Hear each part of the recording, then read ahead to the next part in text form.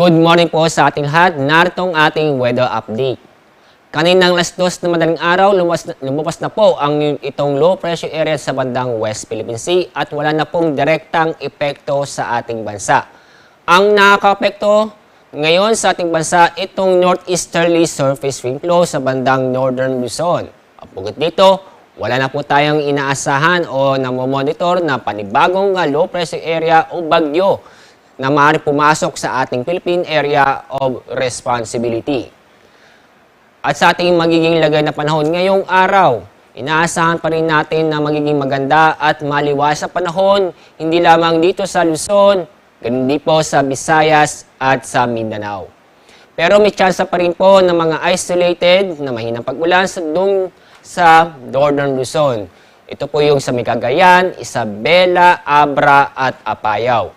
Samantala, sa lalabing bahagi ng ating bansa, inaasahan po natin ng mga isolated o mga biglaang buhos ng ulan dulot ng thunderstorm.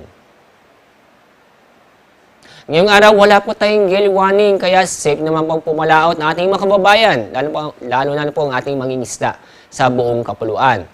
Konting pag-ingat lang po dahil may tsansa pa rin ng mga thunderstorm sa bandang hapon o gabi. Sa ating weather outlook, sa susunod pong 3 araw, patuloy po magiging maganda at maliwas sa panahon, bahagyang maulap hanggang sa maulap ang kalangitan. Pero may tsansa pa rin ng mga isolated na mahina pag-ulan sa Baguio City. Samantalang mga isolated o mga biglang buhos ng ulan, dulot ng thunderstorm sa Metro Manila, Legazpi City, Metro Cebu at Metro Davao. Ang araw pong sisikat, mamaya pong 5:47 ng umaga. Ang araw lubog, mamaya pong 5:37 ng hapon. Yan po ang ating weather update mula sa Pag-asa. Ako po si Alzar D. Aurelio.